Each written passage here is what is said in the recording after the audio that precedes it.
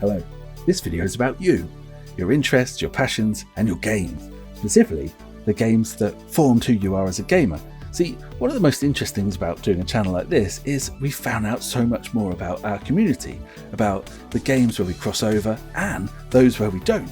Because everyone's taken a different journey to get here, and even those we have loads in common with have played different stuff, have had different experiences, and it's been such an eye-opener to look into it and find out about it and to enjoy it for ourselves. And so we want to do more. Now, I'm going to get the ball rolling with this video where I'm going to share my gaming decade, the 10 years that I think are most formative in who I am as a gamer, the games that filled those years and why I love them and why I think you'll love them too. And then I hope that you'll do the same.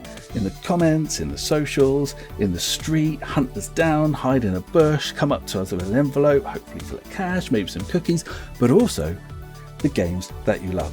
Because then we can explore them, and with your blessing, I hope to put those games onto this channel and share them with everyone else as well, and explore why we all should enjoy them as much as you do. So without further ado, I'm going to start the video off in the first of those game decade years, all the way back in 1991. In the early 90s, it's fair to say I'd already been a gamer for some time, albeit on an Amstrad CPC 464, and much as I'd enjoyed watching my life ebb away as those tapes took a million years to load, it was nothing compared to the era that was about to start, because at age 10 I got a Game Boy and one of my all-time favourite games, Super Mario Land. It wasn't my first game, but it is the one that stuck with me because there's something so simple and joyful and fun about that game.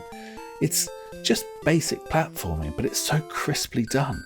It's precision.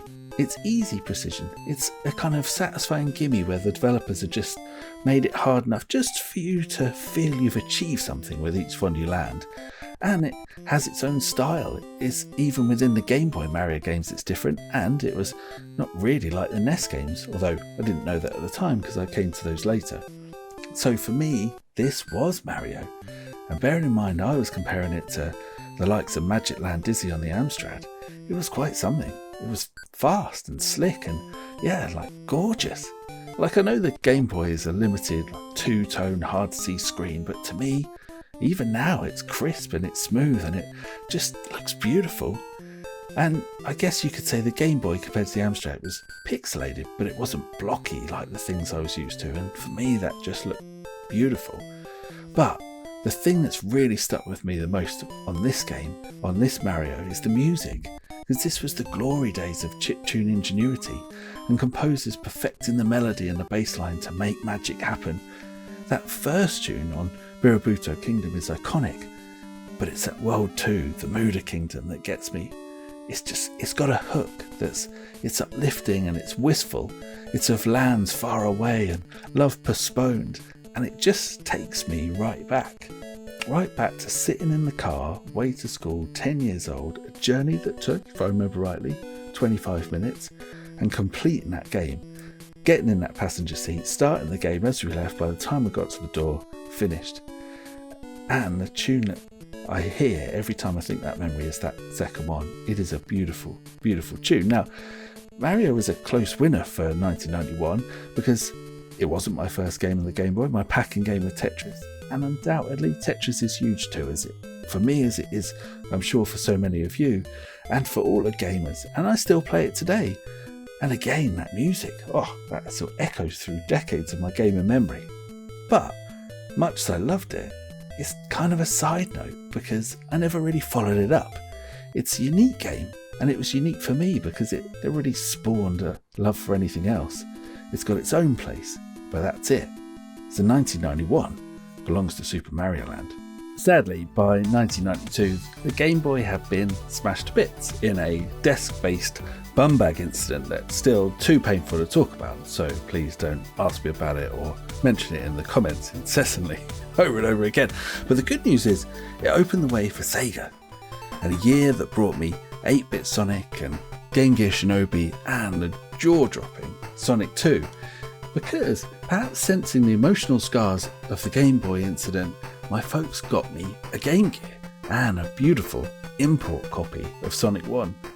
Like Mario, I played that handheld version first, and my love for the blue blur comes from Ancient's version of the game, not Yuji Naka's. I love its vibrancy, its fluidity, and just mostly the way Sonic moves. He's just kind of lithe and adaptable, where Mario was rigid, and that felt like a revelation. It still does. And I didn't know then who Yuzo Koshiro was, but this game sparked a love for his music that starts there, because his reworked and patched up tunes were a soundtrack that's still one of Game Gear's touchstones. But even Game Gear Sonic couldn't touch Shinobi's soundtrack, because those tunes are like the game. It's a surprising complexity that's somehow shoved into that small space. Because if you factor in the limitations of that game, of the tech at the time, I'd hands down put that up there with one of Koshiro-san's greats. And the game plays just as well. I'd never tried at the time anything that was just so technically so brilliant, not just full of ideas, but showing off a kind of ingenuity that I just didn't know was possible. Like double jumps and special moves and levels that adapt around your player, boss battles and puzzles and action all merging together. Don't forget, I was on the Amstrad recently before that, so this was just amazing. And really, 1992 should belong to those two games.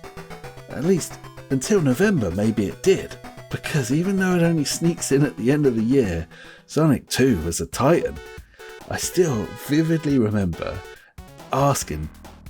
pleading with this kid at school to let me borrow his launch day copy of the game. And fair play to him, he said no, but I can put myself in that hallway in the school just feeling how ardently I wanted him to say yes. Luckily, Dibs did get a copy and we barely missed a moment of playing it. It is surely the best platform game ever made. The speed, the music, the creativity, the ingenuity, you forget how much they invented with that sequel. So many Sonic games and so many platformers have iterated on what a game did. Maybe they've improved on it, but they never matched the scale of creation that game brought to gaming. It was genius, and maybe, just maybe, that is the game of 92 for me.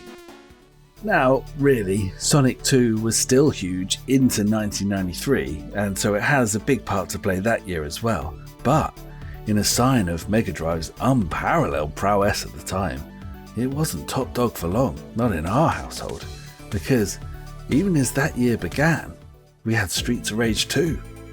Now, if you've seen pretty much any of the videos we've put out on this channel, you'll know me and Dibs just adore this game.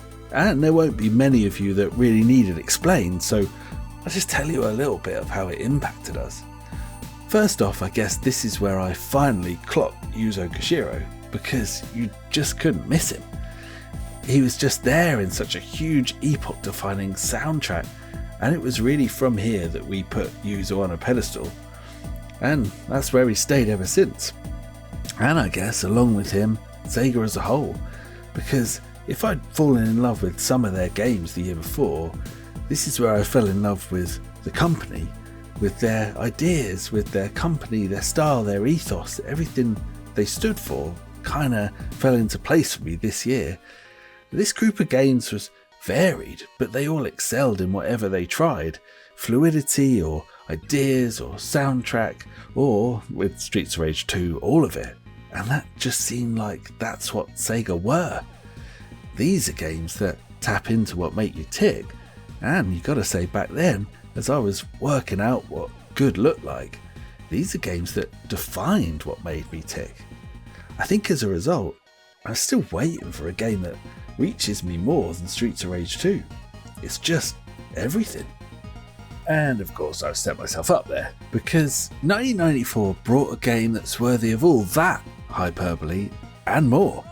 For me, the greatest arcade ever made, and a game that changed what we thought gaming could be. Because 1994 brought us Daytona, and a game you won't have to look far on Gaming for Ages to hear us yammering on about this one. We just need to say here that it owned that year because it set new benchmarks for graphics, for 3D, for racing, for mechanics, for fun, and 100% for Sega. because the way Daytona put Sega so far ahead of all the others just changed our mindset. It cemented something in us that all the things we wanted in gaming, the innovation, the fun, the gameplay, the brilliance, they'd all come from Sega. Because Daytona showed that Sega didn't just invent amazing new tech, they used it to its fullest extent in the sole pursuit of making their games more fun. And from that point, that was the benchmark. Whatever gameplay gimmick or graphical trickery or technical prowess your game has got, if you haven't used it to make your game more fun, then do one. Daytona didn't just own 1994, it made 1994 a watershed for our gaming lives.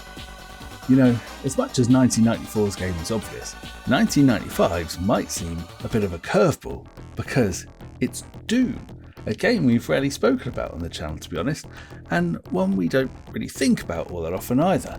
But back in 1995, at least until the Saturn came out, it was all I could play. Almost literally, because rightly or wrongly, I jumped feet first in the 32X, trading in any chance I'd had of getting a launch day Saturn. But I wanted that immediate hit of polygons and that little taste of future gaming. Unfortunately though, there wasn't really a huge amount else to play on that shiny little mushroom. But Doom was exciting. I mean, back then we weren't PC gamers, so Wolfenstein had completely passed us by. But no one could miss Doom.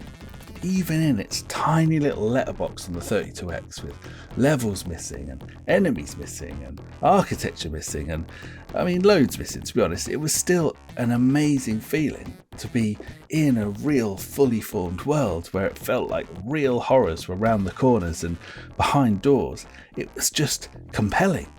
And don't forget, that first-person view was just impossible without the new graphics power that had been starting to come through in those years. So playing something like this was brand new, but even seeing something like this was brand new as well. I mean, we'd had gallery shooters, I guess, and by this point we'd had Virtua Cop in the arcades, but nothing felt the same as doing the sneaking, like doing the sneaking yourself, you know, jumping out on a zombie soldier from round a corner and blasting a pinpoint shotgun blast right into his demonic little face.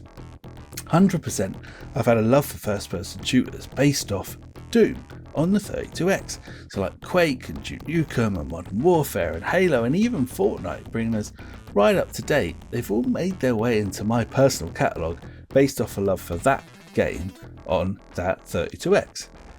I mean, I guess I started playing it out of desperation, but I kept on playing it because I'd found a brand new love. And we'll stop there for now, because the plan is to cover a whole decade. But the important thing is to start hearing your games. So we'll do 2 batches, and I hope this first batch of 5 years gives a taste of the type of thing that we're after. We'll do the second half in a later vid, but now we want to hear from you. What made you the gamer that you are? What wowed you and left an indelible imprint in your early gaming life? What games could you never forget, leaving you searching for more and more of that wonderful memory? Fire out your suggestions in the comments below, or come and find us on the socials. Tell us more about you and your games, and let us all add more gems to our own gaming histories. All entries welcome, so don't be shy. And till then, take it easy gaming guys and girls, and keep it locked here on Gaming for Ages for more retro goodness soon.